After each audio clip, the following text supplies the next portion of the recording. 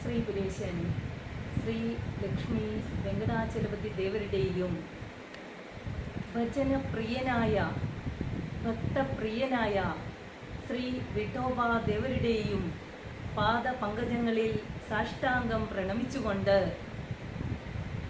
ഭാരതീയ സംസ്കാരത്തെ പ്രോജ്വലിപ്പിക്കുന്ന ആചാര്യ പരമ്പരകളിലെ ഗുരുനാഥന്മാരുടെ അനുഗ്രഹത്തിനായി പ്രാർത്ഥിച്ചുകൊണ്ടും വിദ്യയുടെ ആദ്യാക്ഷരങ്ങൾ കനിഞ്ഞ് നൽകിയ പിതാമഹൻ കൂടിയായ ഗുരുനാഥൻ എസ് ദാമോദരപ്പൈ എന്ന മഹാമനുഷ്യനെ മനസാ സ്മരിച്ചുകൊണ്ടും ഈശ്വര സ്വരൂപികളായ എല്ലാ മാന്യ പ്രേക്ഷകർക്കും എൻ്റെ വിനീതമായ നമസ്കാരം.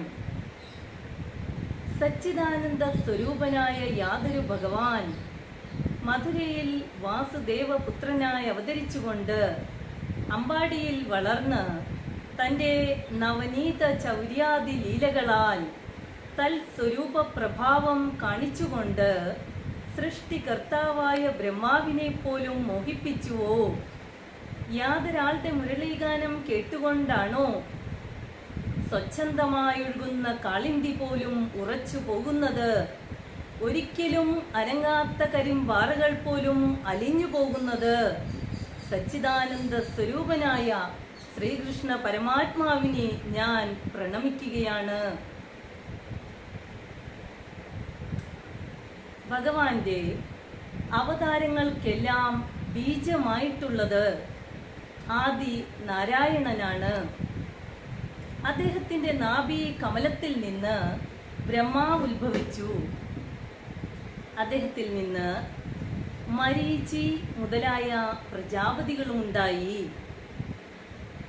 അവരാണ് ദേവന്മാരെയും ഋഷികളെയും മനുഷ്യരെയും പക്ഷി മൃഗാദികളെയും സസ്യലതാദികളെയും എല്ലാം സൃഷ്ടിച്ചത്. ഒരിക്കലും വറ്റാത്ത സരസിലെ ഓളങ്ങൾ പോലെ എണ്ണിയാൽ ഒടുങ്ങാത്തവയാണ് ഭഗവാന്റെ അവതാരങ്ങൾ. സന്ദർഭങ്ങൾക്ക് അനുയോജ്യമായ രീതിയിൽ അംശങ്ങൾ കൊണ്ടും കലകൾ കൊണ്ടും ഭഗവാൻ അവതരിക്കുന്നു. അങ്ങനെയുള്ള അവതാരങ്ങളിൽ ഏറ്റവും ശ്രേഷ്ഠമായ പൂർണ്ണാവതാരമാണ് ശ്രീകൃഷ്ണൻ. ആദിമധ്യാന്തങ്ങളില്ലാത്ത, ജനന മരണാദികളില്ലാത്ത, സർവ അന്തർയാമിയായ ഭഗവാന്റെ അവതാരങ്ങളെല്ലാം തന്നെ യോഗമായ വൈഭവം കൊണ്ടാണ് ഉണ്ടായിട്ടുള്ളതെന്ന് വിദ്വാൻമാർ പറയുന്നു. അങ്ങനെയുള്ള ഭഗവാന്റെ ഒരു അവതാരമായിരുന്നു വേദവ്യാസർ. ശ്രീ പരാശര മഹർഷിക്ക് സത്യവതി എന്ന മുക്കുവ കന്യകയിൽ ജനിച്ച പുത്രനായിരുന്നു വ്യാസർ. മുക്കുവ സ്ത്രീയുടെ ഉദരത്തിലാണ് ജനനമെങ്കിലും ശ്രീ പരാശര മഹർഷിയുടെ പരോത്കടമായ പ്രേമത്തിന്റെ ഭാഗമായി തനിക്കൊരു വേദവ്യാസനായി ഉയരാൻ സാധിച്ചു എന്ന് അദ്ദേഹം തന്റെ ജീവിതത്തിലൂടെ തെളിയിച്ചു. കൃഷ്ണൻ എന്നായിരുന്നു അദ്ദേഹത്തിന്റെ ബാല്യനാമം. ദ്വീപിലായിരുന്നു ജനനം. അതിനാൽ കൃഷ്ണദ്വൈ പായനൻ എന്ന പേരും ലഭിച്ചു.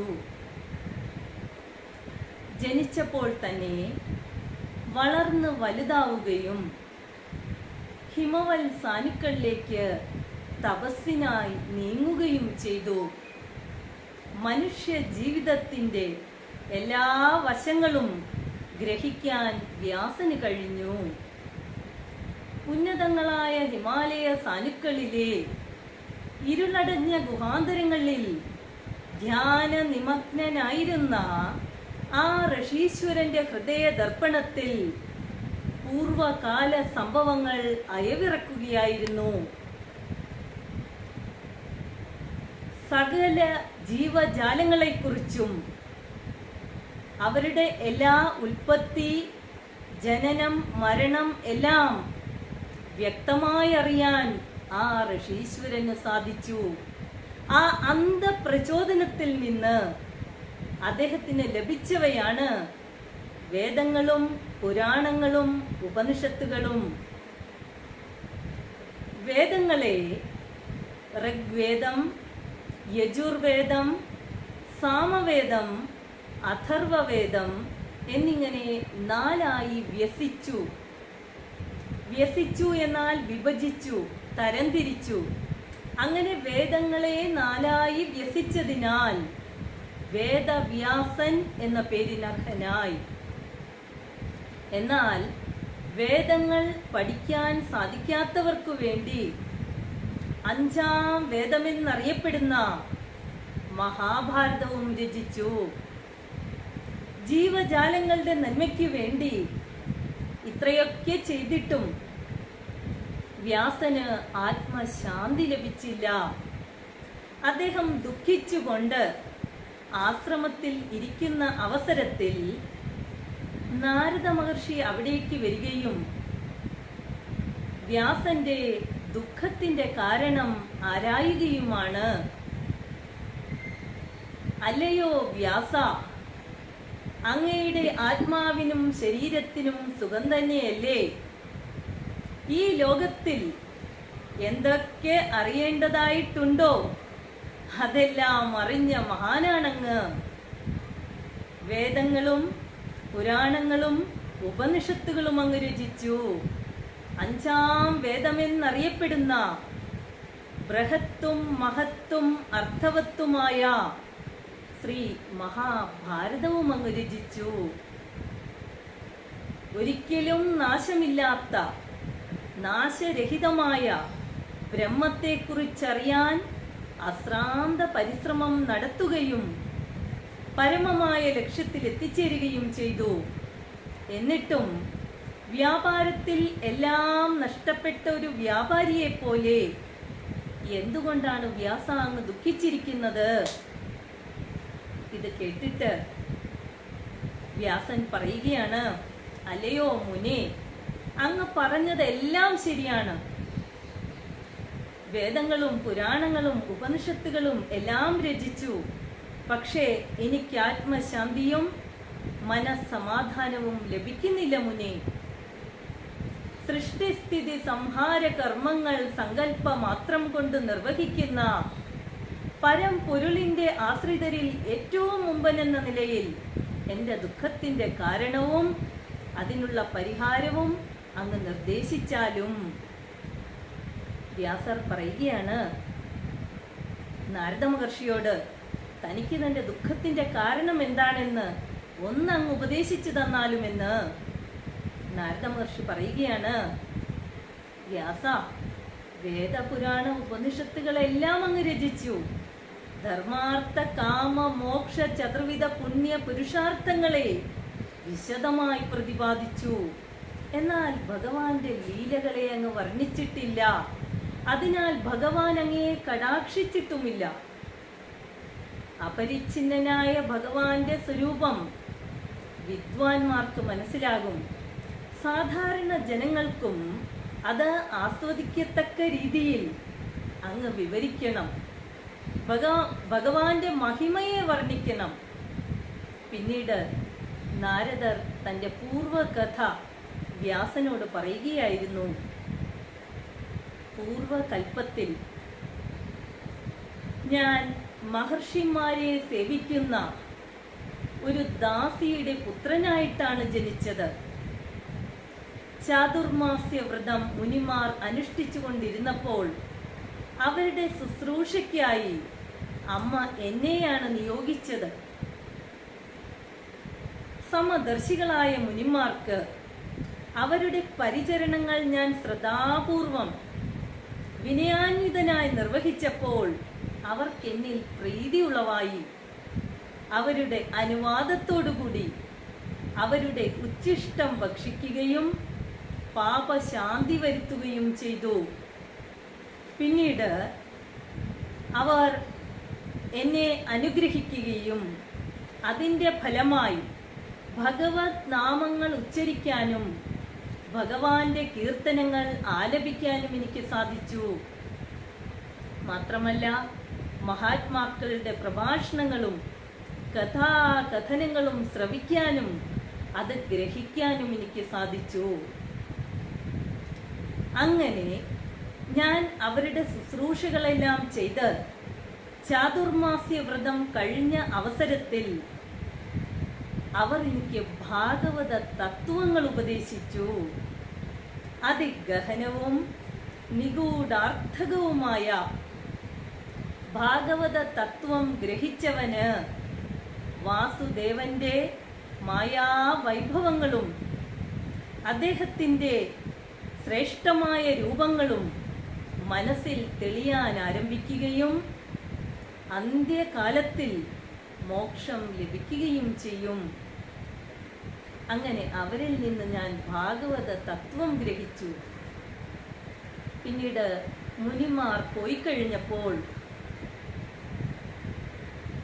ഞാൻ എൻ്റെ മാതാവുമായി വസിക്കുന്ന അവസരത്തിൽ സർപ്പദംശനമേറ്റ് അമ്മ മരിക്കാൻ ഇടവരികയും ഏകാകിയായ ഞാൻ കാനനത്തിൽ തപസ്സിനായി നീങ്ങുകയും ചെയ്തു.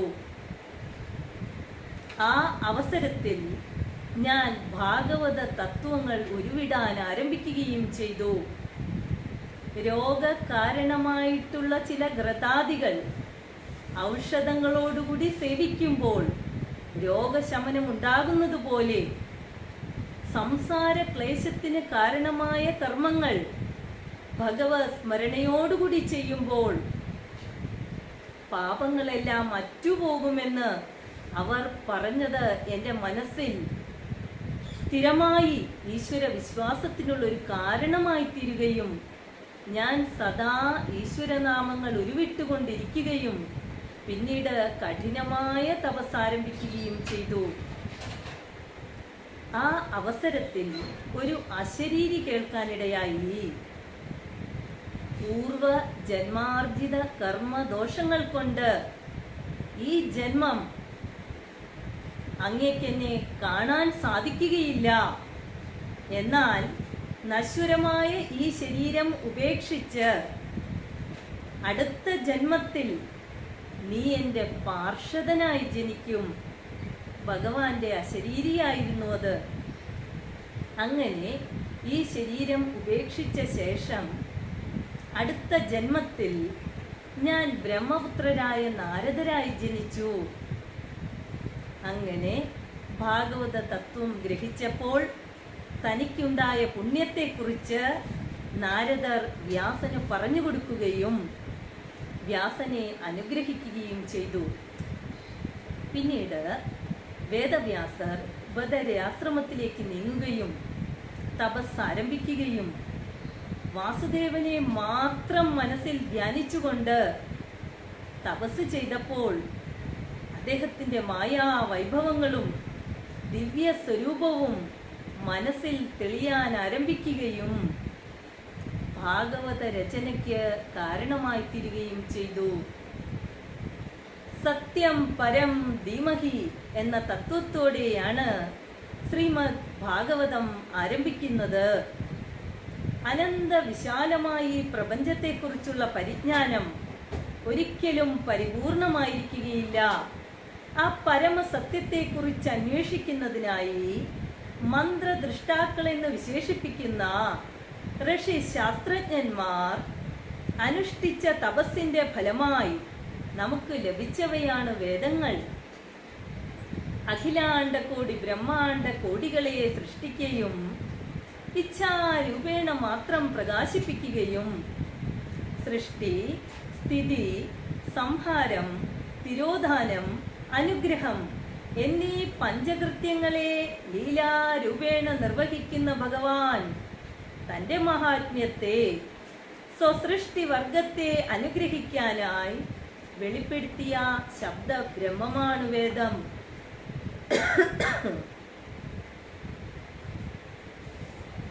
ഒരിക്കലും കര കാണാൻ സാധിക്കാത്ത വേദമാകുന്ന പാൽക്കടലിൽ സ്വബുദ്ധിയാകുന്ന കടക്കോലിട്ട് കടഞ്ഞെടുത്ത ഭാഗവതാമൃതത്തെയാണ് ഭഗവാൻ വേദവ്യാസ മഹാമുനി ലോക സമക്ഷം സമർപ്പിച്ചിരിക്കുന്നത്. സിദ്ധാന്ത രൂപത്തിൽ കാണപ്പെടുന്ന തത്വങ്ങളെ ദൃഷ്ടാന്ത രൂപത്തിലാക്കി തീർക്കണമെന്നോർത്തു വേദവ്യാസർ.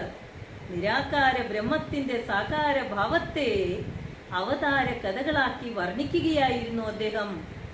ദുഷ്ട നിഗ്രഹത്തിനും ശിഷ്ട പരിപാലനത്തിനും ധർമ്മ സംസ്ഥാപനത്തിനുമായി ഭഗവാൻ ആടിയ ലീലകളും സ്വീകരിച്ച അവതാരങ്ങളെയും ഉൾപ്പെടുത്തിക്കൊണ്ട് 18,000 ശ്ലോകങ്ങളും 12 സ്കന്ധങ്ങളിലുമായി 18ാമത്തെ പുരാണമായ ശ്രീമദ് ഭാഗവതം വേദവ്യാസർ രചിക്കുകയും ചെയ്തു.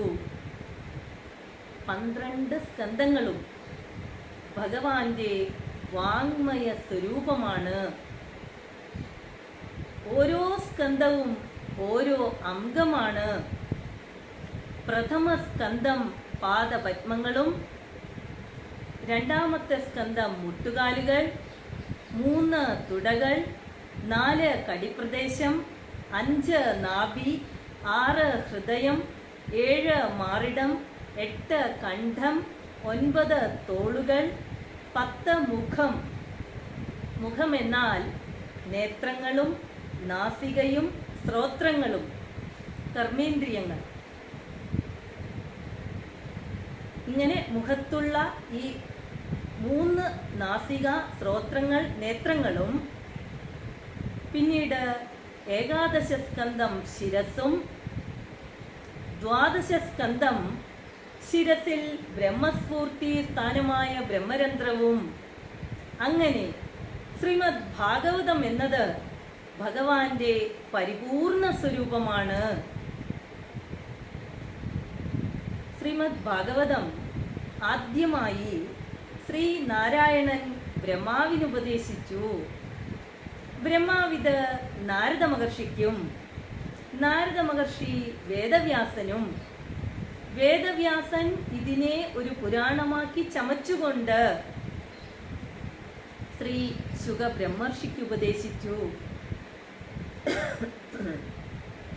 ശുക ബ്രഹ്മർഷി തക്ഷക ദംശനമേറ്റു മരിക്കാൻ വിധിക്കപ്പെട്ട പരീക്ഷിത്ത് മഹാരാജാവിന് ഇത് ഉപദേശിച്ചു കൊണ്ടിരുന്ന അവസരത്തിൽ സൂത പൗരാണികൻ ഇത് കേൾക്കാൻ ഇടവരികയും കലികാലത്തിൽ നൈമിഷാരണ്യത്തിൽ വച്ച്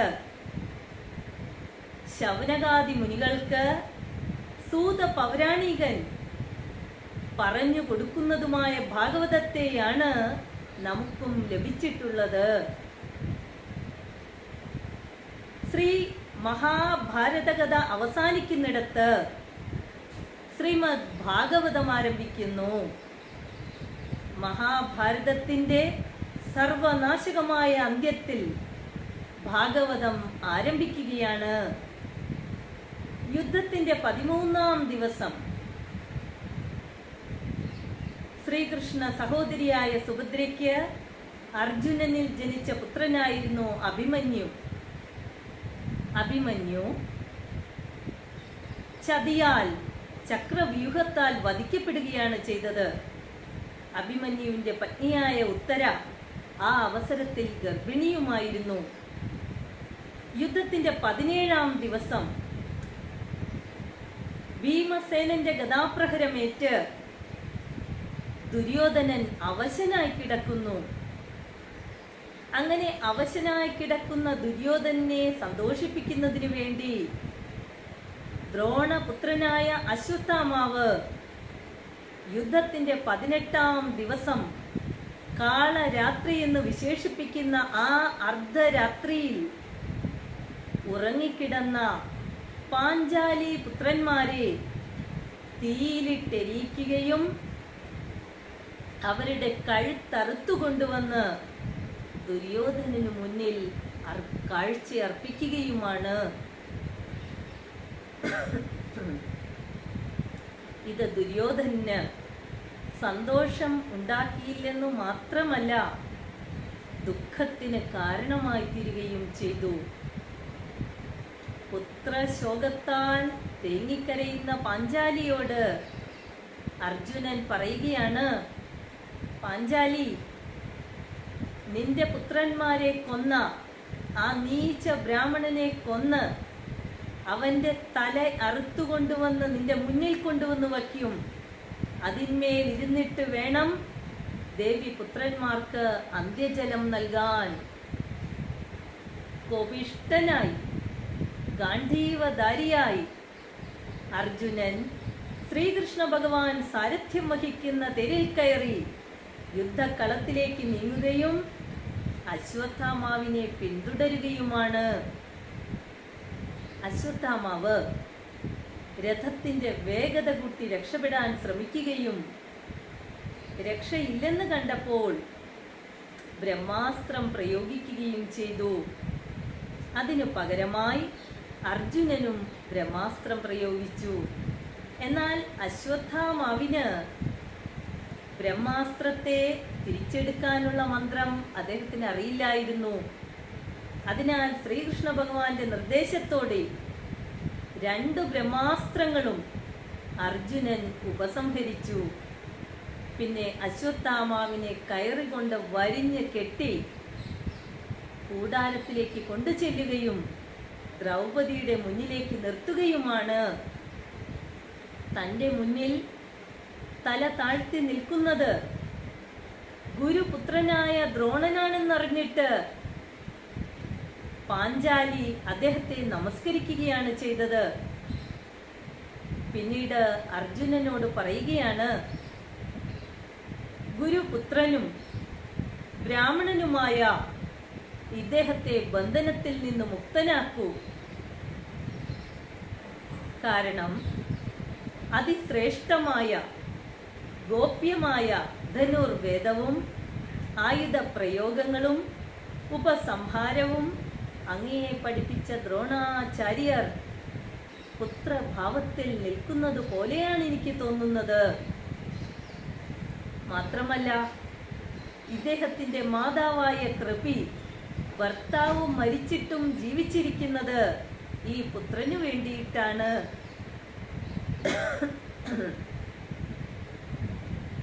അമ്മ വേദനിക്കുന്നത്, മക്കൾ മരിക്കുമ്പോൾ ഒരമ്മ വേദനിക്കുന്നത് എങ്ങനെയാണെന്ന് ഞാൻ ഇന്ന് അനുഭവിക്കുന്നുണ്ട്. ലോകത്തൊരു മാതാവും പുത്രന്മാർ മരിച്ച ദുഃഖം അഥവാ മക്കൾ മരിച്ച ദുഃഖം അനുഭവിക്കരുത്. അങ്ങ് ധർമ്മത്തെ അറിയുന്നവനാണല്ലോ. ഒരിക്കലും ഗുരുവംശത്തിൽപ്പെട്ടവരെ ദ്രോഹിക്കരുത്, അവരെ വന്ദിക്കുകയാണ് വേണ്ടത്. ഏതേത് രാജാക്കന്മാരാണോ സ്വന്തം രക്ഷയ്ക്ക് വേണ്ടി ഗുരുകുലത്തെ ഗുരുവംശത്തെ നശിപ്പിച്ചത്, ആ ഗുരുവംശത്തിന്റെ ശാപം രാജകുടുംബത്തിനും ലഭിച്ചിരിക്കും.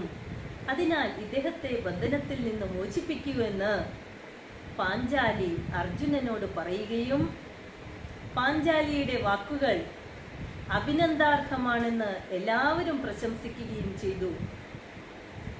എന്നാൽ ശ്രീകൃഷ്ണൻ അർജുനനോട് പറയുകയാണ്, നീ പാഞ്ചാലിക്ക് കൊടുത്ത വാക്ക് പാലിച്ചാലും ഒരു വ്യക്തിയെ വധിക്കുന്നതിന് തുല്യമാണ് തല മൊട്ടയടിക്കുക അല്ലെങ്കിൽ സ്ഥാനഭ്രഷ്ടനാക്കുക എന്ന് ശാസ്ത്രത്തിൽ പറയുന്നുണ്ട്. അതിനാൽ അശ്വത്ഥാമാവിന്റെ തലയിലുള്ള മുടികൾ ചൂഴ്ന്നെടുത്ത്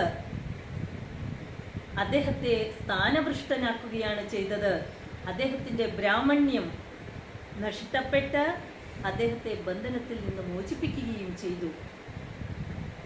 പിന്നീട് മരിച്ചുപോയ കൗരവരുടെയും പാണ്ഡവ ഭാഗത്തെ മരിച്ചവരുടെയും അന്ത്യകർമ്മങ്ങളും ഉദകക്രിയകളും ചെയ്ത ശേഷം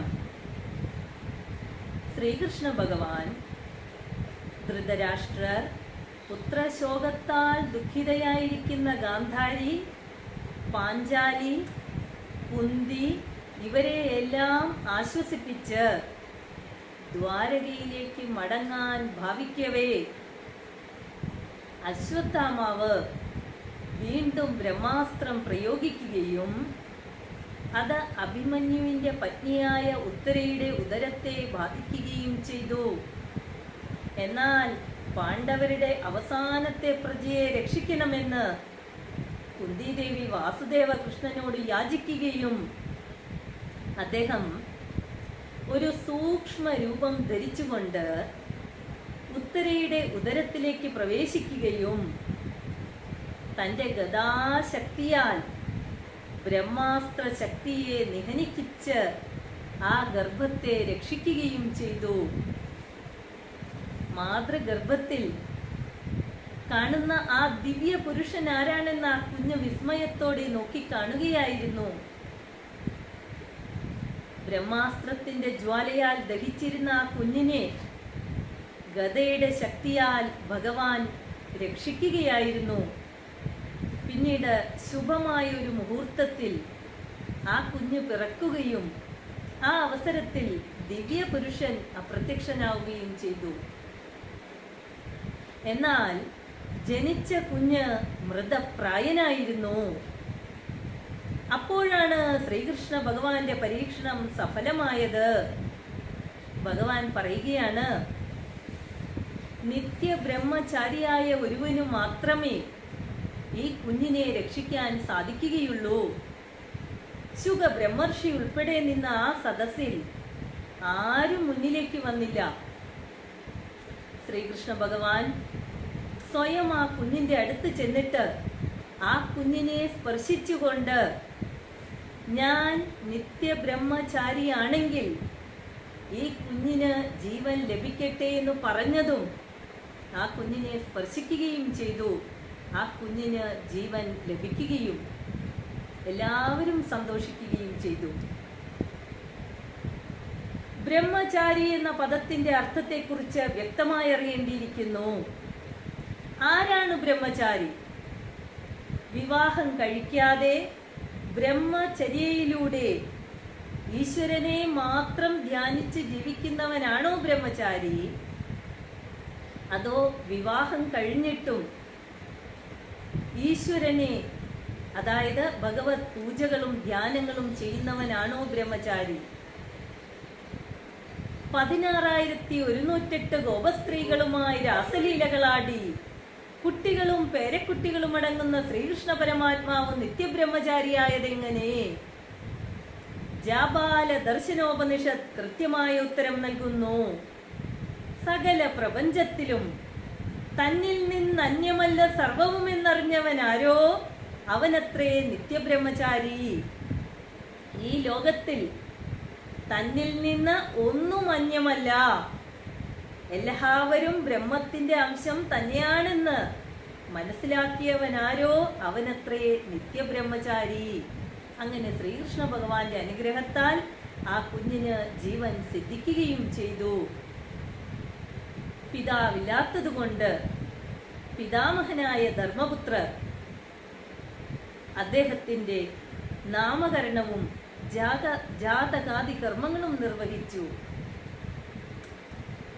എത്രയൊക്കെ നാശങ്ങൾ ഉണ്ടായിട്ടും ശ്രീകൃഷ്ണ ഭഗവാന്റെ അനുഗ്രഹത്താൽ ജനിച്ചതിനാൽ വിഷ്ണുരാധൻ എന്ന പേര് നൽകി. എന്നാൽ വളരെ അർത്ഥവത്തായ ഒരു നാമം കൂടി ആ കുഞ്ഞിന് ലഭിച്ചു, പരീക്ഷിത്. സമർത്ഥനായ ആ ബാലൻ മാതൃഗർഭത്തിൽ വച്ച താൻ കണ്ട ആ രൂപത്തെ എന്നും മനസ്സിൽ ഓർക്കുകയും ഇഹ ലോകത്തിൽ കാണുന്ന ഓരോരുത്തരിലും ഇതാ ദിവ്യപുരുഷനാണോ എന്ന് പരീക്ഷിക്കുകയും ചെയ്തു. അതിനാൽ പരീക്ഷിത്ത് എന്നും നാമകരണം ചെയ്തു. അദ്ദേഹത്തിന്റെ ജാതകം ഗണിക്കാൻ ആവശ്യപ്പെടുകയും ധർമ്മപുത്രർ ഭാവി അറിയാൻ ആഗ്രഹിക്കുകയും ചെയ്തു. ഇക്ഷ്വാകു വംശത്തിലെ രാജാക്കന്മാർ പോലെ ഭരണത്തിൽ നിപുണനായിരിക്കുമെന്നും ശ്രീരാമനെ പോലെ ദ്വിജഭക്തനായിരിക്കുമെന്നും ശിബിയെ പോലെ ദാനവാനായിരിക്കുമെന്നും അർജുനനെ പോലെ അസ്ത്രപ്രയോഗത്തിൽ സമർത്ഥനായിരിക്കുമെന്നും ബ്രാഹ്മണർ അദ്ദേഹത്തോട് പറഞ്ഞു. എന്നാൽ ഒരു സർപ്പദംശനമേറ്റു മരിക്കാനാണ് അദ്ദേഹത്തിന് വിധി. എന്നാൽ വ്യാസനന്ദനായ ശുഖബ്രഹ്മർഷിയിൽ നിന്ന് ഭാഗവത തത്വങ്ങൾ ഗ്രഹിച്ച് പരമമായ മോക്ഷത്തെ പ്രാപിക്കുകയും ചെയ്യും. അങ്ങനെ നാമകരണവും ജാതകാദി കർമ്മങ്ങളും എല്ലാം കഴിഞ്ഞു. പിതാവില്ലാത്ത പരീക്ഷിത്ത് ഹസ്തിനാപുരത്തിൽ എല്ലാവരുടെയും കണ്ണിലുണ്ണിയായി വളരുകയും ചെയ്തു. ശ്രീകൃഷ്ണ ഭഗവാന്റെ സ്വർഗാരോഹണത്തിന് ശേഷം പാഞ്ചാലിയും പാണ്ഡവന്മാരും വാനപ്രസ്ഥം സ്വീകരിച്ച അവസരത്തിൽ 36-ാമത്തെ വയസ്സിൽ അദ്ദേഹത്തെ ഹസ്തിനാപുരം ചക്രവർത്തിയാക്കി വാഴിച്ചു. അതിനിപുണനായിരുന്നു ഭരണത്തിൽ. അശ്വമേധാദി യാഗങ്ങൾ നടത്തി കീർത്തി സമ്പാദിക്കുകയും ചെയ്തു. ഒരിക്കൽ മൃഗയാ വിനോദത്തിനായി നീങ്ങിയ അവസരത്തിൽ ഗോഹത്യയ്ക്കായി ഒരുങ്ങിയിരിക്കുന്ന കരാള കശ്മലന്റെ രൂപത്തിൽ കലിയെ കാണുവാനിടയായി. അത് കലിയാണെന്ന് രാജാവിന് മനസ്സിലായില്ല. പശുവിന്റെ രൂപത്തിൽ നിൽക്കുന്ന ഭൂമിദേവിയെ കണ്ടിട്ട് സങ്കടം തോന്നി ഒരു വാളുമായിട്ട് കലിയെ, ആ കരാള കശ്മലനെ അറുക്കാനായി അടുത്തു ചെന്നപ്പോൾ കലി സ്വന്തം രൂപം സ്വീകരിച്ചുകൊണ്ട് രാജാവിനോട് പറയുകയാണ്, ഞാൻ കലിയാണ്, ഇതെന്റെ യുഗമാണ്, ഇതെന്റെ അധികാരമാണ്, എന്റെ കാര്യത്തിൽ അങ്ങ് ഇടപെടണ്ട എന്ന് പറഞ്ഞപ്പോൾ കലിയുഗമാണെങ്കിലും ഞാൻ രാജ്യം ഭരിക്കുന്നിടത്തോളം കാലം ഇവിടെ പ്രവേശിക്കരുതെന്ന് കലിക്ക് താക്കീത് നൽകുകയും ചെയ്തു. എന്നാൽ അദ്ദേഹത്തിന് കലിയെ നിഗ്രഹിക്കാമായിരുന്നു. കലിയെ അദ്ദേഹം നിർദ്ദയം വിടാനുള്ള കാരണം ഒന്നാണ്. കൃതായുഗത്തിൽ തപസ്സുകൊണ്ടും ത്രേതായുഗത്തിൽ യജ്ഞങ്ങളെ കൊണ്ടും ദ്വാപരയുഗത്തിൽ പൂജകളെ കൊണ്ടും എന്തെല്ലാമാണോ നാം നേടിയത്, അതെല്ലാം കലികാലത്തിൽ കേവലം നാമസങ്കീർത്തനം കൊണ്ട് നേടാം.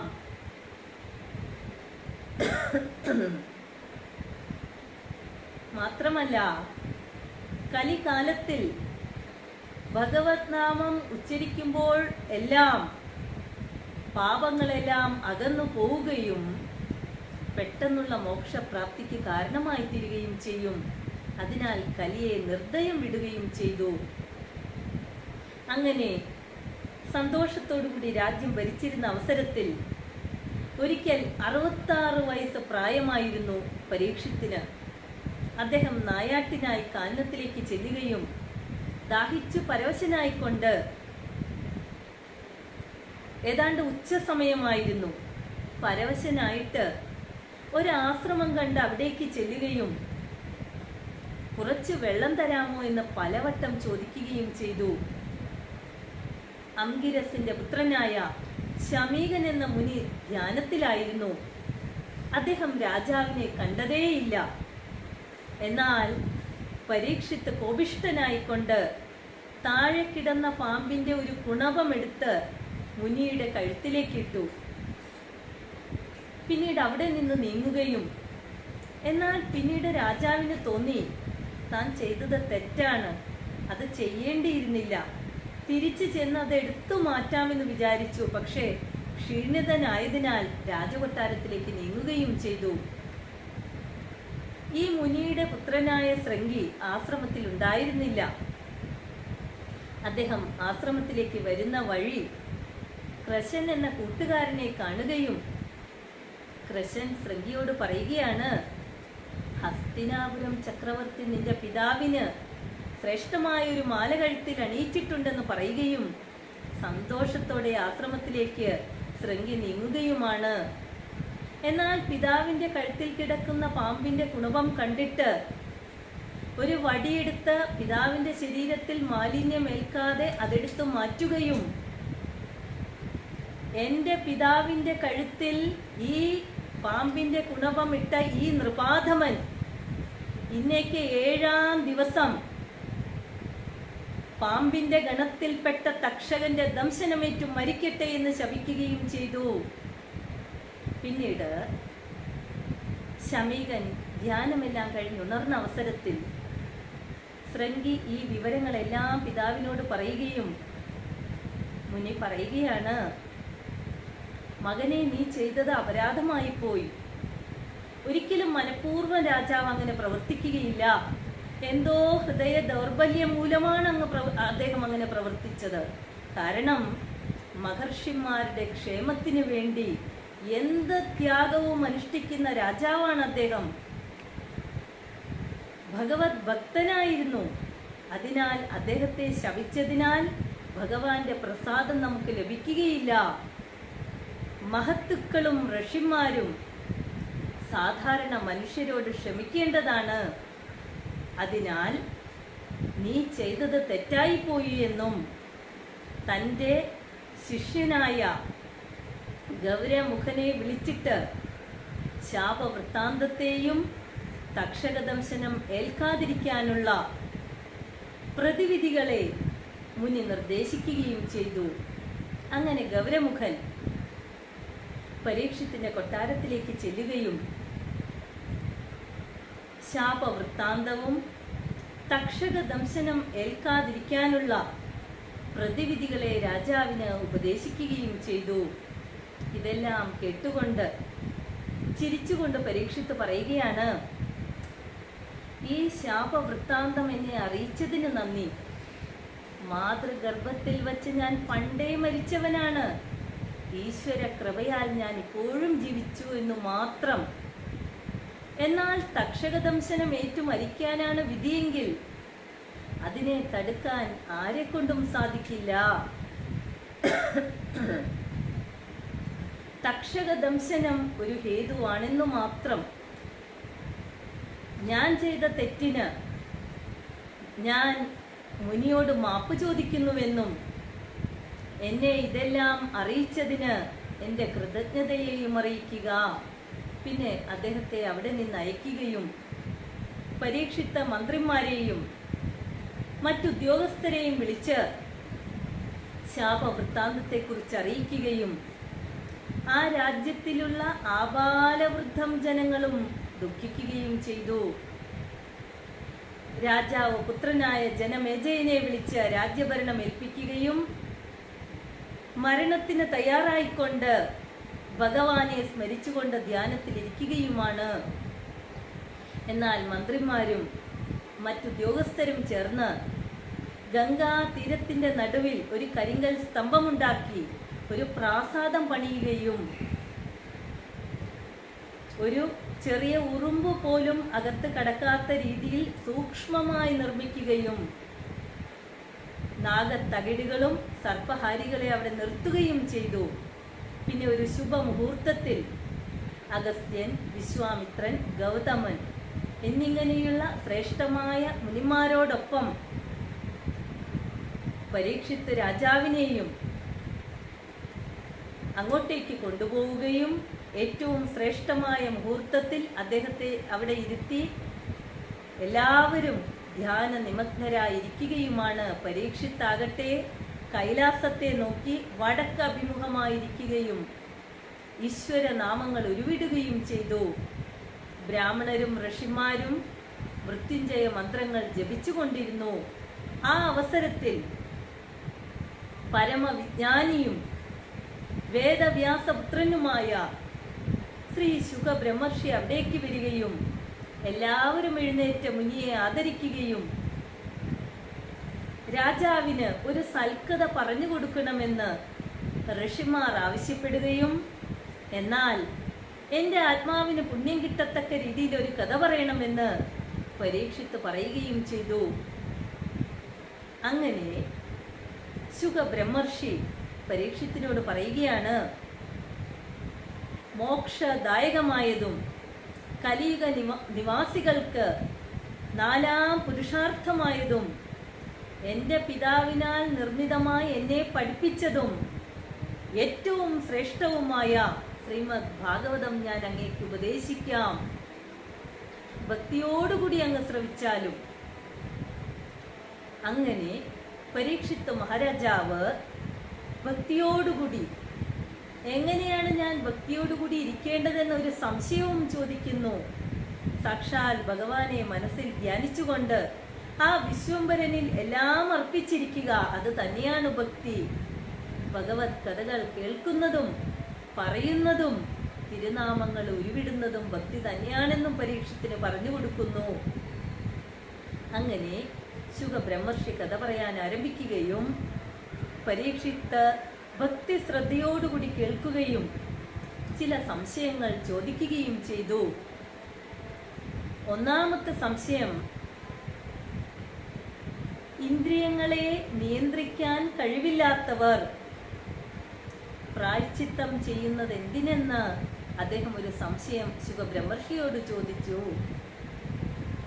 അതായത്, മനുഷ്യർ തെറ്റു ചെയ്യുകയും പരിഹാരം എന്തെന്ന് ചോദിക്കുകയും പ്രായശ്ചിത്തവും ചെയ്യുന്നു, പക്ഷെ വീണ്ടും തെറ്റുകൾ ആവർത്തിക്കുന്നു. പിന്നെ അങ്ങനെയാണെങ്കിൽ പ്രായശ്ചിത്തം ചെയ്തിട്ട് എന്താണ് പ്രയോജനമെന്ന് അദ്ദേഹം ചോദിക്കുന്നു. പരീക്ഷിത്ത് ഇതിനെ ഗജസ്നാനത്തോടാണ് ഉപമിച്ചിരിക്കുന്നത്. ആന നദിയിൽ ചെന്ന് വളരെ വെടുപ്പായി കുളിച്ച ശേഷം കരയ്ക്ക് കയറിയിട്ട് വീണ്ടും മണ്ണെടുത്ത ശരീരത്തിലേക്ക് ഇടുന്നു. കുളിച്ചിട്ട് ഒരു പ്രയോജനവുമില്ല. ശുകബ്രഹ്മർഷി പറയുകയാണ്, സത്സംഗമുണ്ടെങ്കിൽ മാത്രമേ ഇതിനൊരു പരിഹാരമുണ്ടാവുകയുള്ളൂ. സത്സംഗമുണ്ടാകുമ്പോൾ ഭഗവാന്റെ കഥകൾ ശ്രവിക്കാനും തിരുനാമങ്ങൾ ജപിക്കാനും അങ്ങനെ ഹൃദയം ശുദ്ധീകരിക്കാനും പാപങ്ങൾ നശിച്ചു പോകാനും തെറ്റുകൾ ആവർത്തിക്കാതിരിക്കാനും സാധിക്കുമെന്ന് രാജാവിന് മനസ്സിലാക്കി കൊടുക്കുന്നു. രണ്ടാമത്തെ ചോദ്യം, ഭക്തിയുള്ളവരും ഭക്തിശൂന്യരും മരിക്കുന്നു. അങ്ങനെയാണെങ്കിൽ അതിന്റെ വ്യത്യാസം എന്താണ്? ഭക്തി ഉണ്ടെങ്കിലും ഭക്തി ഇല്ലെങ്കിലും മരണമുണ്ടെങ്കിൽ ഭക്തി ഉണ്ടായിട്ട് എന്താണ് പ്രയോജനം? ഒരു പൂച്ച തൻ്റെ സ്വന്തം കുഞ്ഞുങ്ങളെ വായിൽ കടിച്ചു പിടിച്ചാണ് കൊണ്ടുപോകുന്നത്. അതിൻ്റെ ഭക്ഷണമായ എലിയെയും പൂച്ച വായിൽ കടിച്ചു പിടിച്ച് തന്നെയാണ് കൊണ്ടുപോവുക. രണ്ടും ഒരേ വായ കൊണ്ട് ചെയ്യുന്നു. എന്നാൽ പൂച്ചക്കുഞ്ഞുങ്ങൾക്ക് ആശ്വാസവും രക്ഷാബോധവും ഉണ്ടാകുമ്പോൾ എലിക്ക് മരണത്തിൻ്റെ കരാള വക്ത്രമാണുണ്ടാകുന്നത്. അതുപോലെ ഭക്തിയുള്ളവർക്ക് മരണശേഷം വിഷ്ണു ദൂതന്മാർ അവരെ ആധ്യാത്മിക ലോകത്തിലേക്ക് കൊണ്ടുപോകുന്നു. ഭക്തി ശൂന്യരാകട്ടെ യമദൂതന്മാർ നാരകീയ മേഖലകളിലേക്ക് അവരെ വലിച്ചിഴച്ചു കൊണ്ടുപോവുകയും ചെയ്യുന്നു. മൂന്നാമത്തെ ചോദ്യം, ജനന മരണങ്ങൾ ആവർത്തിക്കുന്നത് എന്തുകൊണ്ടാണ്? പൂർവജന്മാർജിത കർമ്മദോഷങ്ങൾക്കനുസരിച്ച് വീണ്ടും വീണ്ടും ജനിക്കുകയും മരിക്കുകയും ചെയ്യുന്നു. പഞ്ചേന്ദ്രിയങ്ങളും ജ്ഞാനേന്ദ്രിയങ്ങളും കർമ്മേന്ദ്രിയങ്ങളും മനസ്സും ചേർന്ന 16 ഘടകങ്ങൾ ചേർന്നതാണ് സൂക്ഷ്മ ശരീരം. ഈ സൂക്ഷ്മ ശരീരത്തിന് വീണ്ടും വീണ്ടും ഭൂമിയിലേക്ക് വരാനുള്ള തീവ്രമായ അഭിലാഷമുണ്ട്. അതിനാൽ ഈ സൂക്ഷ്മ ശരീരം തൻ്റെ ആഗ്രഹങ്ങൾക്കനുസരിച്ചുള്ള ദേവശരീരം, മനുഷ്യ ശരീരം, മൃഗശരീരം എന്നിങ്ങനെ ശരീരങ്ങൾ തിരഞ്ഞെടുക്കുന്നു. ദേവശരീരത്തിൽ ജനിക്കുമ്പോൾ ആഹ്ലാദം അനുഭവപ്പെടുന്നു. മനുഷ്യ ശരീരം ദുഃഖത്തിന് കാരണമാണ്. മൃഗശരീരമാകട്ടെ സദാസമയവും മനസ്സിൽ ഭയമുള്ള അവസ്ഥയുമായിരിക്കും. വിഡ്ഢിയായ ജീവാത്മാവ് ശരീരാന്തർഗതമായിരിക്കുന്ന അവസരത്തിൽ ഒരു പുഴു സ്വന്തം ഉമിനീരാൽ നിർമ്മിക്കുന്ന പുഴുക്കൂട്ടിൽപ്പെട്ട് പട്ടുനൂൽപ്പുഴു ദുഃഖം അനുഭവിക്കുന്നത് പോലെ സകാമകർമ്മങ്ങൾക്കനുസരിച്ചുള്ള യന്ത്രത്തിൽ സ്വയം കുടുങ്ങി ജീവാത്മാവ് ദുഃഖം അനുഭവിച്ചു കൊണ്ടിരിക്കുകയാണ്. അതായത് വീണ്ടും വീണ്ടും ജനിക്കണമെന്ന തൻ്റെ വാസനകൾ തീർക്കുന്നതിനു വേണ്ടി സൂക്ഷ്മ ശരീരവും സ്ഥൂല ശരീരവും സ്വീകരിച്ചു കൊണ്ടേയിരിക്കുന്നു. ഭൗതിക ലോകത്തിലുള്ള വേദനാജനകമായ ഈ അവസ്ഥയെ ദേഹാന്തര പ്രാപ്തി എന്നാണ് വിശേഷിപ്പിച്ചിരിക്കുന്നത്. എന്നാൽ മനുഷ്യജന്മം എടുക്കുമ്പോൾ ഭഗവാനോടോ ഭഗവാന്റെ കാര്യങ്ങൾ സദാ ചിന്തിക്കുന്ന ഭഗവത് ഭക്തന്മാരുമായി സമ്പർക്കമുണ്ടാകുമ്പോൾ മനുഷ്യന് ഈ അവസ്ഥയെ തരണം ചെയ്യാനും സാധിക്കുന്നു. പിന്നീട് ചോദിച്ച ചോദ്യം, നമ്മുടെ വാസനകൾക്കനുസരിച്ചുള്ള ശരീരമാണോ വീണ്ടും ലഭിക്കുന്നത്? ഏതൊന്ന് ചിന്തിച്ചുകൊണ്ടാണോ ജീവാത്മാവ് ശരീരത്തെ ത്യജിക്കുന്നത്, അതേ അവസ്ഥയെ തന്നെ അത് പ്രാപിക്കുമെന്നത് തീർച്ചയാണ്. ആ മരണസമയത്തെ സ്മരണ ഒരു വ്യക്തിയുടെ ജീവിതകാലത്തെ മുഴുവൻ കർമ്മങ്ങളെ ആശ്രയിച്ചിരിക്കും. പിന്നീട് അവസാനമായി ധാരാളം ചോദ്യങ്ങൾ ചോദിച്ചു. എന്നാൽ കഥ തീരാറായപ്പോൾ ചോദിച്ച ചോദ്യങ്ങളായിരുന്നു ശ്രേഷ്ഠമായ ഈ ചോദ്യങ്ങൾ. പിന്നീട് ചോദിച്ചത്, മായാബന്ധനത്തിൽ കിടക്കുന്ന മനുഷ്യന് മരണത്തെക്കുറിച്ചുള്ള സങ്കല്പം എന്താണ്? എൻ്റെ ബലിഷ്ഠമായ ശരീരം, എൻ്റെ സ്നേഹമയ്യായ ഭാര്യ, എൻ്റെ പുത്രന്മാർ, എൻ്റെ ബാങ്ക് നിക്ഷേപം, ഇതെല്ലാം മരണത്തിൽ നിന്ന് തന്നെ രക്ഷിക്കുമെന്ന് മായയിൽ മുങ്ങിയ മനുഷ്യൻ ചിന്തിക്കുന്നു. യുദ്ധക്കളത്തിലെ ഭടന്മാരെ പോലെയാണിവർ. ഒരിക്കലും തെറ്റുപറ്റാവുന്ന, അതായത് അപൂർണരായിരിക്കുന്ന ഇത്തരം ഭടന്മാരിൽ വിശ്വാസം അർപ്പിക്കരുതെന്ന് ശ്രീമദ് ഭാഗവതം താക്കീത് ചെയ്യുന്നു. ഇങ്ങനെ ശ്രീമദ് ഭാഗവതം എന്ന ശ്രീകൃഷ്ണ ഭഗവാന്റെ ലീലകൾ അടങ്ങുന്ന ആ ഗ്രന്ഥം മുഴുവനും പരീക്ഷത്തിന് ഉപദേശിച്ചു കൊടുക്കുകയും അദ്ദേഹം ചോദിച്ച സംശയങ്ങൾ നിവാരണം ചെയ്യുകയും ചെയ്ത് അദ്ദേഹത്തിന് തൃപ്തിയാവുകയും വിഷ്ണുരാധൻ എന്ന് പ്രസിദ്ധി പെറ്റ പരീക്ഷിത്ത് മഹാരാജാവ് ശുഗ ബ്രഹ്മർഷിയുടെ കാൽക്കൽ വീണുകൊണ്ട് നമസ്കരിച്ച് നിറഞ്ഞ കണ്ണുകളോടുകൂടി പറയുകയാണ്, അല്ലയോ മുനെ, അശ്വത്ഥാമാവിൻ്റെ ബ്രഹ്മാസ്ത്രത്തിൽ നിന്ന് ശ്രീഹരി അന്നെന്നെ രക്ഷിച്ചത് ശ്രീ സുഖമുഖത്തു നിന്നും ഭാഗവത ശ്രവണദ്വാര എനിക്ക് മോക്ഷം ലഭിക്കാനുള്ളത് കൊണ്ടാണ്. അതിനുവേണ്ടിയാണ് ഈ ശരീരത്തെ എനിക്ക് നൽകിയതും. എന്നാൽ ഇപ്പോൾ ഇതിൻ്റെ ആവശ്യങ്ങളെല്ലാം സാധിച്ച് ഇതിൻ്റെ ആവശ്യം ഇല്ലാതായിരിക്കുന്നു. അതുകൊണ്ടാണ് തക്ഷക ദംശനത്തിൽ നിന്ന് ശ്രീഹരി എന്നെ രക്ഷിക്കാത്തതും. അല്ലാതെ ശ്രീഹരിക്ക് എന്നെ രക്ഷിക്കാൻ സാധിക്കാത്തതല്ല, ശരീരത്തെക്കുറിച്ചുള്ള ആവശ്യം തീർന്നിരിക്കുന്നു. അതിനാൽ അങ്ങ് ഉപദേശിച്ചു തന്ന ഭാഗവതം ശ്രവിച്ചതിനാൽ ഹരിപാദങ്ങളെ ധ്യാനിച്ചുകൊണ്ട് എൻ്റെ പ്രാണനെ വെടിയാൻ ഞാൻ ആഗ്രഹിക്കുന്നു. ശ്രീ ശുഗ ബ്രഹ്മർഷി പരീക്ഷത്തിനെ അനുഗ്രഹിക്കുകയും ചെയ്തു. പിന്നീട് രാജാവിനാൽ പൂജിതനായിട്ട് ശ്രീ ശുഗ ബ്രഹ്മർഷി അവിടെ നിന്ന് നീങ്ങുകയും ഈ അവസരത്തിൽ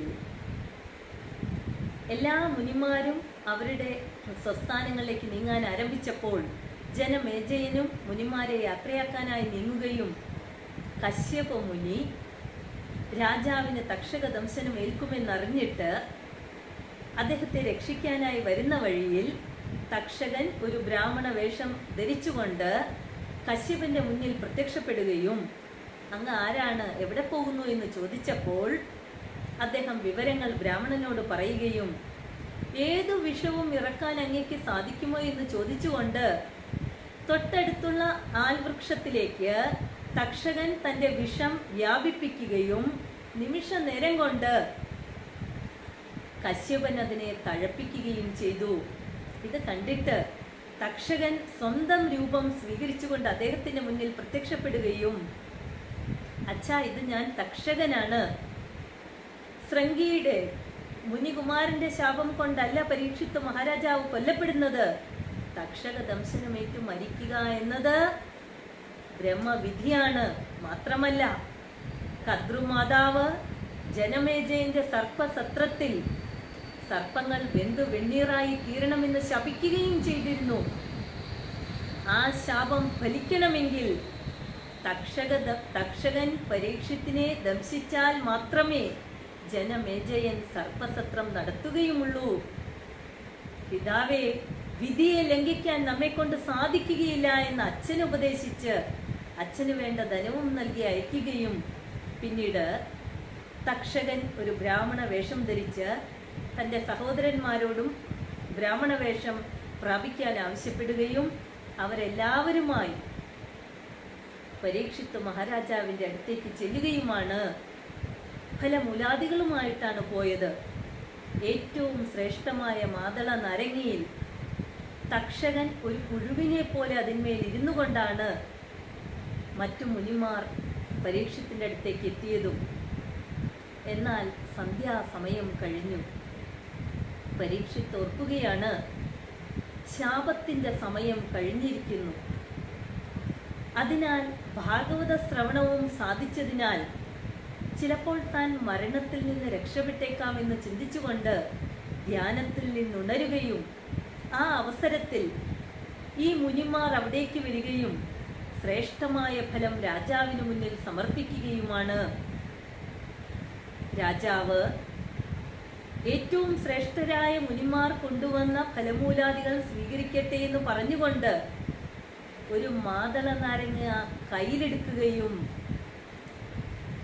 അതിൻ്റെ അടുത്ത് നിൽക്കുന്ന പുഴുവിനെ കണ്ടിട്ട് ശൃംഗിയുടെ ശാപം വിഫലമാകണ്ട, വെറുതെ ഒന്ന് ഗളാതലത്തോട് ചേർക്കട്ടെ എന്ന് പറഞ്ഞുകൊണ്ട് പരീക്ഷിത്ത് ഗളാതലത്തോട് അത് ചേർത്തതും അതിൽ സൂക്ഷ്മ രൂപത്തിലിരുന്ന കൃമിയായ തക്ഷകൻ തൻ്റെ ഉഗ്രമായ കരാള കാള സർപ്പരൂപം രൂപത്തോടുകൂടി പ്രത്യക്ഷപ്പെട്ട് രാജാവിനെ അടിമുടി ചുറ്റി വരിഞ്ഞുകൊണ്ട് ദഹിപ്പിച്ച് ഭസ്മീകൃതമാക്കുകയും ചെയ്തു. അവിടെ നിന്ന് എല്ലാവരും ഇത് കണ്ട് നടുങ്ങി പോവുകയും ചെയ്തു. എന്നാൽ പരീക്ഷിത്ത് അപ്പോൾ തന്നെ വിഷ്ണു പാദത്തിൽ അലിഞ്ഞു ചേരുകയും ചെയ്തു. ഈ അവസരത്തിൽ പുത്രനായ ജനമേജയൻ മുനിമാരെ യാത്രയച്ച് തിരിച്ചു വരികയും തൻ്റെ പിതാവിനെ തക്ഷകൻ ദംശിച്ചു എന്നറിഞ്ഞ് അത്യുഗ്ര കോപത്തോടുകൂടി അദ്ദേഹം ബ്രാഹ്മണന്മാരോട് സർപ്പസത്രം നടത്താൻ ആജ്ഞാപിക്കുകയും ചെയ്തു. അങ്ങനെ ജനമേജയന്റെ നിർദ്ദേശത്തോടെ ബ്രാഹ്മണർ സർപ്പസത്രം ആരംഭിക്കുകയും നിരപരാധികളായ എല്ലാ സർപ്പങ്ങളും അതിൽ വീണു ചാകാൻ ആരംഭിക്കുകയും ചെയ്തു. വെന്തു വെണ്ണീറാവുകയായിരുന്നു അവർ. ഈ അവസരത്തിൽ തൻ്റെ പിതാവിനെ ദംശിച്ച തക്ഷകനെ കാണാത്തതുകൊണ്ട് ബ്രാഹ്മണരോട് തക്ഷകൻ എവിടെയെന്ന് ജനമേജയൻ അന്വേഷിക്കുകയും അദ്ദേഹം ഇന്ദ്രനെ അഭയം പ്രാപിച്ചെന്ന് ബ്രാഹ്മണർ പറയുകയും എന്നാൽ ഇന്ദ്രനോടുകൂടി തക്ഷകനെ ആവാഹിക്കാൻ ജനമേജയൻ ആജ്ഞാപിച്ചു. ബ്രാഹ്മണർ ഇന്ദ്രനോടൊപ്പം ജനമേജയനെ ആവാഹിക്കാൻ ആരംഭിക്കുകയും ഇന്ദ്രന് ചലനം സംഭവിക്കുകയും ചെയ്തു. ഇത് കണ്ട് ദേവഗുരുവായ ബൃഹസ്പതി അവിടേക്ക് ആഗതനാവുകയും ജനമേജയനോട് പറയുകയാണ്, അല്ലയോ രാജാവേ, സർപ്പരാജാവായ തക്ഷകനെ വധിക്കാൻ അങ്ങേക്ക് സാധിക്കില്ല. തക്ഷകൻ അമൃതം പാനം ചെയ്തിട്ടുണ്ട്. അദ്ദേഹത്തിന് ജനന മരണങ്ങളില്ല. മാത്രമല്ല എത്രയോ നിരപരാധികളായ സർപ്പങ്ങളാണ് ഈ യാഗാഗ്നിയിൽ കിടന്ന് വെന്ത് വെണ്ണീറായിരിക്കുന്നത്. ഈ ലോകത്തിൽ ഒരു വ്യക്തിയുടെയും ജനനത്തെയോ മരണത്തെയോ ദേഹാന്തര പ്രാപ്തിയെയോ ആർക്കും നിശ്ചയിക്കാൻ സാധ്യമല്ല. അവരവരുടെ കർമ്മഫലം തന്നെയാണതിന് കാരണം. ഒരു വ്യക്തിക്കും അല്ലെങ്കിൽ ഈ ലോകത്തിൽ ജനിച്ചിട്ടുള്ള ഒരു പ്രാണിക്കും മറ്റൊരു പ്രാണിക്ക് സുഖമോ ദുഃഖമോ നൽകാൻ സാധിക്കില്ല. അവനവന്റെ കർമ്മഫലമാണ് അതിന് കാരണം. നിരപരാധികളായ സർപ്പങ്ങൾ ചത്തത് അവരുടെ കർമ്മഫലം കൊണ്ട്. അതിനാൽ അങ്ങ് സർപ്പസത്രം നിർത്തുക. അങ്ങനെ ഗുരുവായ ബൃഹസ്പതിയുടെ നിർദ്ദേശത്തോടെ രാജാവായ ജനമേജയൻ സർപ്പസത്രം അവസാനിപ്പിക്കുകയും ചെയ്തു. എന്നാൽ സുഖബ്രഹ്മർഷിയിൽ നിന്ന് സപ്താഹമായിട്ട് ഭാഗവത ശ്രവണം അദ്ദേഹം കേട്ടതിനാൽ പരീക്ഷിത്ത് മഹാരാജാവ് വിഷ്ണുപദം പ്രാപിക്കുകയും ചെയ്തു. ഇടിമിന്നൽ തട്ടിമരിക്കുക, പാമ്പ് കടിയേറ്റു മരിക്കുക എന്നിങ്ങനെയുള്ള ദുർമരണങ്ങൾക്കൊന്നും വൈകുണ്ഠമോ ബ്രഹ്മലോകമോ ശിവലോകമോ പ്രാപിക്കാൻ സാധിക്കുകയില്ല എന്നതിനാൽ ബ്രഹ്മാവ് ബ്രഹ്മലോകത്തിലെ തുലാസ് എടുത്തുകൊണ്ട് മോക്ഷപ്രദമായ 6 ശാസ്ത്രങ്ങളും അംഗങ്ങളും ഒരു തട്ടിലും ശ്രീമദ് ഭാഗവത ശാസ്ത്രം മറുതട്ടിലും വെച്ച് തൂക്കി നോക്കിയപ്പോൾ മോക്ഷശാസ്ത്രങ്ങളും അംഗങ്ങളും ന്യൂനങ്ങളായിട്ടും ശ്രീമദ് ഭാഗവതം മഹത്തായിട്ടും കാണപ്പെട്ടു. എല്ലാവരും ഇത് കണ്ട് ആശ്ചര്യപ്പെടുകയും ചെയ്തു. ശുകബ്രഹ്മർഷി കഥ പറയാൻ ആരംഭിച്ച അവസരത്തിൽ ദേവന്മാർ അമൃത കലശവുമായി വരികയും ശുകബ്രഹ്മർഷിയോട് പറയുകയാണ്, ഈ കലശത്തിലുള്ള അമൃത രാജാവിന് നൽകിയാൽ അദ്ദേഹം തക്ഷക ദംശനത്തിൽ നിന്ന് രക്ഷപ്പെടുമെന്നും അങ്ങ് രാജാവിനോട് പറയാൻ പോകുന്ന ഭാഗവതാമൃതം ഞങ്ങൾക്ക് നൽകിയാലും. ശുകബ്രഹ്മർഷി ഓർക്കുകയാണ് ദേവാമൃതവും ഭാഗവതാമൃതവും തമ്മിലുള്ള അന്തരത്തെക്കുറിച്ച്. ദേവാമൃതം പാനം ചെയ്താൽ അതിന്റെ പുണ്യം ക്ഷയിച്ചു കഴിഞ്ഞാൽ വീണ്ടും ജനന മരണങ്ങൾ ഉണ്ടാകും. എന്നാൽ ഭാഗവതാമൃതം സേവിച്ചു കഴിഞ്ഞാൽ മോക്ഷം തന്നെയാണ് ഫലം. അതിനാൽ ദേവന്മാർക്ക് നൽകിയില്ല എന്ന് വെച്ചാൽ ദേവന്മാർക്ക് പോലും അപ്രാപ്യമാണ് ഭാഗവതം. അങ്ങനെയുള്ള ഭാഗവതം ഈ ഭൂമിയിൽ മനുഷ്യരായി ജനിച്ച നമുക്ക് ലഭിക്കുന്നു എന്നത് തന്നെ ഏറ്റവും ശ്രേഷ്ഠമാണ്. ശ്രീകൃഷ്ണ ഭഗവാന്റെ സ്വർഗാരോഹണത്തിന്റെ അവസരത്തിൽ ഉദ്ധവർ പറയുകയാണ്, അങ്ങ് സ്വർഗസ്ഥനായി കഴിഞ്ഞാൽ കലിയുടെ പ്രവേശമായി. ഇവിടെയുള്ള മനുഷ്യർക്ക് എങ്ങനെയാണ് മോക്ഷം ലഭിക്കുക? ശ്രീകൃഷ്ണ ഭഗവാൻ അപ്പോൾ തന്നെ തന്റെ അവതാരോദ്ദേശമായ ആ ശ്രീകൃഷ്ണാവതാരം പ്രഭാസ തീർത്ഥത്തിൽ ലയിപ്പിക്കുകയും പിന്നീട് ഭാഗവത തീർത്ഥത്തിലേക്ക് ലയിക്കുകയും ചെയ്തു. ഏതൊരു ഗ്രഹത്തിലാണോ ശ്രീമദ് ഭാഗവതമുള്ളത് അതിൽ തന്റെ പരിപൂർണ സാന്നിധ്യം ഉണ്ടായിരിക്കുമെന്ന് ഭഗവാൻ പ്രഖ്യാപിക്കുകയും ചെയ്തു. അത്രമാത്രം ശ്രേഷ്ഠമാണ് ഭാഗവതം. ജന്മാന്തരേ കൃതം പുണ്യം, പൂർവജന്മ സുഹൃതമുള്ളവർക്ക് മാത്രമേ ഭാഗവത ശ്രവണത്തിന് അധികാരം ലഭിക്കുകയുള്ളൂ. അതിശ്രേഷ്ഠമായ ശ്രീമദ് ഭാഗവതം എന്ന ഈ സത്സംഗത്തിന് അവസരമൊരുക്കി തന്ന ശ്രീ വിഠോബ ദേവസ്ഥാൻ ഭാരവാഹികളോടും പ്രത്യേകിച്ച് ഇന്ന് ക്ഷണം നൽകിയ ശ്രീ ശ്രീനിവാസ് ജിയോടുമുള്ള കൃതജ്ഞത ഈ അവസരത്തിൽ ഞാൻ രേഖപ്പെടുത്തുന്നു. ഭക്തവത്സലനായ ശ്രീ വിഠോബ ദേവരുടെയും ശ്രീകൃഷ്ണ പരമാത്മാവിൻ്റെയും എല്ലാ ഗുരുക്കന്മാരുടെയും അനുഗ്രഹം എന്നും നമ്മുടെ കൂടെ ഉണ്ടാകട്ടെ എന്ന് പ്രാർത്ഥിച്ചുകൊണ്ട് ഞങ്ങൾക്ക് കണ്ണുകൾ കൊണ്ട് നല്ലത് കാണാനും കാതുകൾ കൊണ്ട് നല്ലത് കേൾക്കാനും സാധിക്കട്ടെ. ശരീരത്തിലെ അംഗത്താലും ദേഹത്താലും ദേവന്മാരെ സ്തുതിച്ചുകൊണ്ട് ദേവന്മാർ നമുക്ക് നൽകിയിട്ടുള്ള പൂർണ്ണായുസ് അനുഭവിക്കാൻ സാധിക്കട്ടെ. ഇന്ദ്രനും പൂഷാവും ഗരുഡനും ബൃഹസ്പതിയും ഞങ്ങൾക്ക് നന്മ നൽകട്ടെ. ഓം ശാന്തിഹി ശാന്തിഹി ശാന്തിഹി.